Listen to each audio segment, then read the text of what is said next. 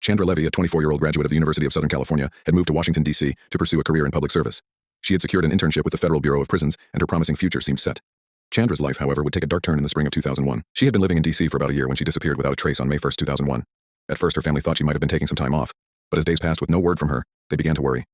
Chandra's disappearance quickly made headlines, but it wasn't until weeks later that the investigation took a shocking turn. On May 1, 2001, Chandra had been seen leaving her apartment in DuPont Circle in Washington, D.C. She told her roommates she was going for a walk in the nearby Rock Creek Park, a popular urban park where many people go for jogging or enjoying nature. But when Chandra didn't return, her roommates became alarmed and contacted the police. Initially, it seemed like a case of a missing person, and the authorities started their search immediately. However, as days turned into weeks, it became clear that something more sinister had occurred. Chandra's parents, Robert and Susan Levy, were frantic. They had last spoken to their daughter a few days before her disappearance, and everything seemed normal, but now the hope of a quick resolution seemed to be fading. As the investigation into Chandra's disappearance deepened, a political scandal emerged that would change the course of the case. Chandra had been romantically involved with Gary Condit, a U.S. congressman from California. Condit was a married man, and the relationship had been kept secret. When news of the affair broke, it became a sensational story. People began to wonder if the relationship had anything to do with Chandra's disappearance. At first, Condit denied having anything to do with Chandra's disappearance. However, as the media frenzy grew, he became the focus of the investigation.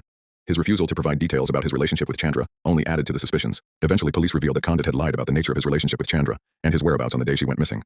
This led many to believe that Condit knew more than he was letting on. Months passed, and the investigation appeared to stall.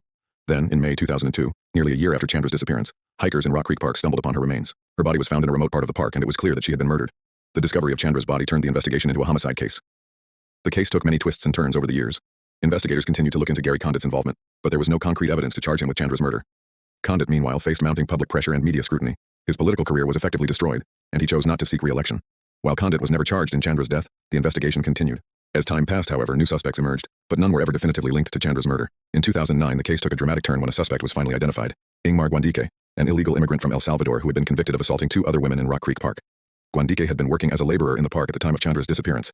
His violent history and proximity to the crime scene made him a prime suspect. Guandike had been incarcerated on charges unrelated to Chandra's murder, but when investigators looked into his background, they found that he had confessed to attacking women in the park around the time of Chandra's disappearance.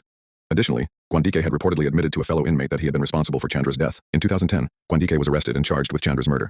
Prosecutors argued that Guandike had been stalking women in the park, and he had attacked Chandra in a similar manner to the assaults he had previously committed. However, the case was complicated by the lack of physical evidence directly linking Guandike to the crime. Guandike's trial for the murder of Chandra Levy began in 2010. The prosecution presented evidence that suggested Guandike was in the park at the time of Chandra's disappearance, and that he had a history of violent behavior. However, much of the case against him relied on circumstantial evidence, and there were doubts about whether Guandike had actually been the one to kill Chandra. In 2011, after a lengthy trial, the jury found Guandike guilty of first-degree murder. He was sentenced to 60 years in prison for the crime. The verdict brought some closure to Chandra's family, but the lingering questions about the case and the motives behind the murder continued to haunt many. While Ingmar Guandike was convicted of Chandra's murder, some still question whether he was the true killer.